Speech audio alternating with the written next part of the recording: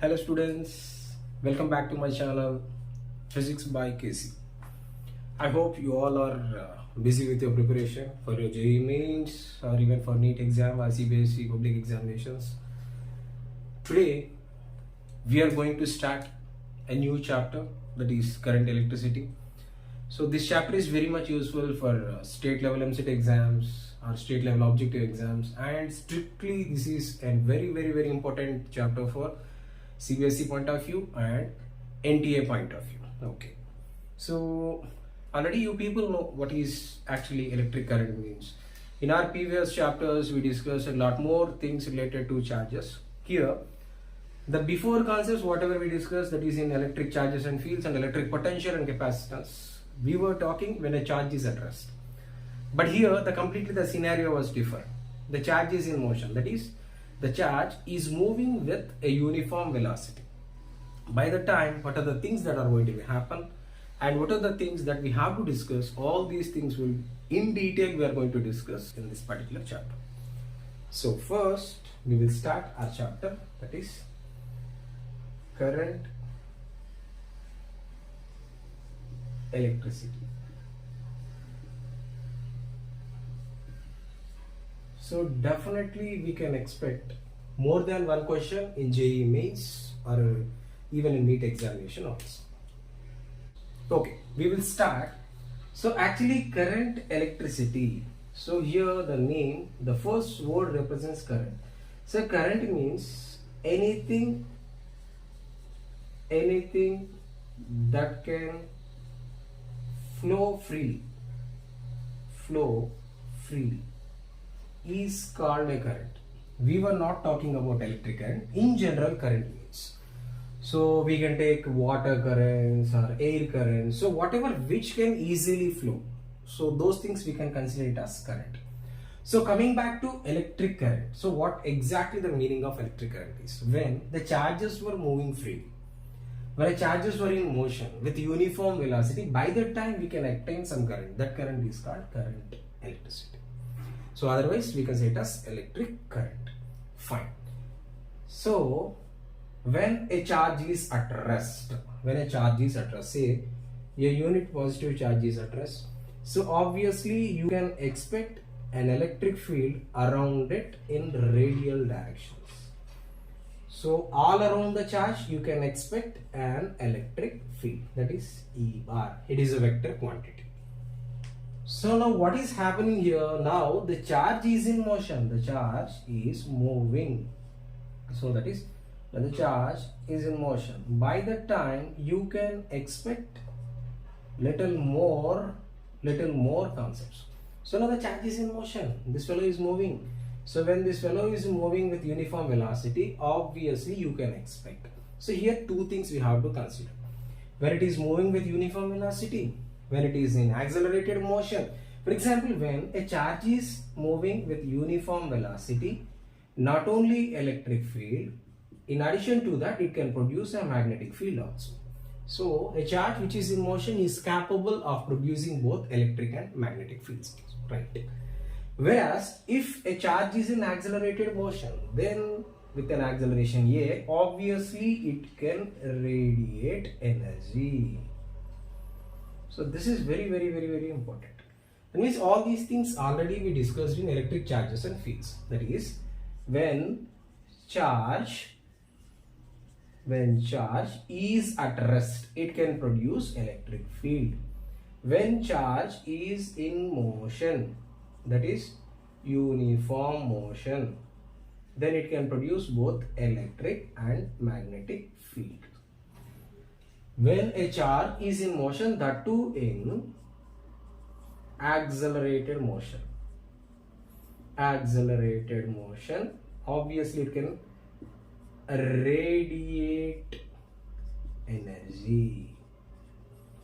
Okay, but in this particular chapter, current electricity, we are going to discuss that the charge is moving with uniform velocity. So this is the present chapter, current electricity. Okay, now we will discuss what actually we have to cover in this chapter. Okay, so electricity. So what are the things that we have to discuss in this particular chapter, either for CBSE board examinations or even for the objective type examinations? The very first thing is, just now I told current I can be represented by I is equal to Q upon T. So the meaning of that one is, so current I is equal to total charge flown in a given interval of time. This is what I is equal to Q by T. If a very small amount of charge is flown, by the term I can write it as current I is equal to dQ upon dt. So very small charge is flown in a very small amount of time, then that current whatever we are going to get, we can simply take it as instantaneous, I instantaneous current. Okay, so this is the first concept. So what is current and how we are going to obtain it later on. So the charge carriers, here one thing we have to consider. Charges are present everywhere. So but this charge is immovable. So if you want to move a charge, definitely you require charge carriers. Charge carriers. So what are these charge carriers? So in general, in our electric circuit, the charge carriers usually used to take it as electron. So electron is a charge carrier which is capable of carrying a negative charge, right? So if you consider a conductor, the charged carriers or the particles which are in motion, they will be in random directions. So usually they won't stay or they won't stick in a single place. They used to move all around one point to another point. For example, just consider this marker as a part of wire. So in this wire we have positively charged locations as well as negatively charged particles, say electrons.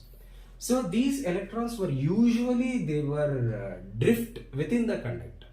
So drifting in the sense generally, for example, Fast and Furious.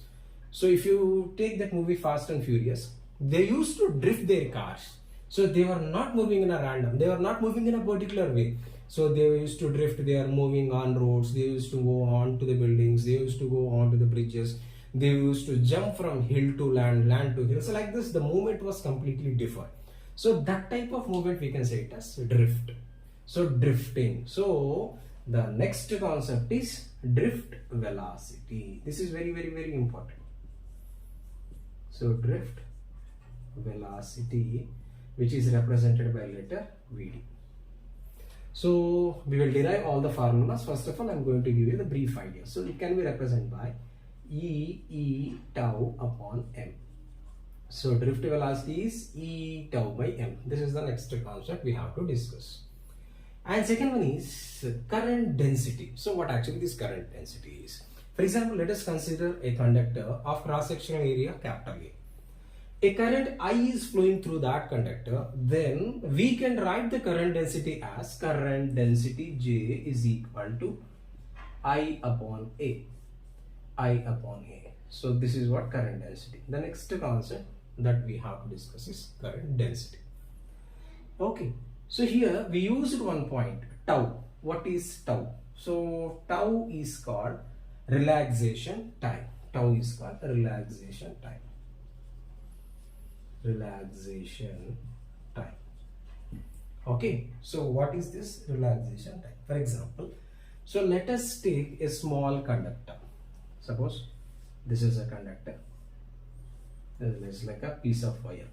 So in this conductor, as I said, all the positive charge is accommodated in a specified regions. We call it as lattice. This positively charged region is called lattice. And negatively charged electrons were revolving or roaming or moving in random directions within this conductor. So these electrons gets attracted by these positively charged lattices, so that the movement will be in a random direction. Sometimes they will meet a collision with this positively charged lattice, and like this randomly they used to roam. So the velocity which is maintained by these charged particles, say electrons, is called drift velocity. So here the average time duration between any two successive collisions is called relaxation time tau. So after this drift velocity we are going to discuss what actually this relaxation time is, right? The next important concept is resistance. Resistance. So this is one of the important concepts. So what actually this resistance is? So the obstruction of flow of current, we can simply say it as resistance. So we will discuss in detail. So this resistance R can be represented as R is equal to rho L upon A. So rho is specific resistance, L is length of conductor, and A is cross-section area. So in this resistance concept only, we have to discuss combination of resistors.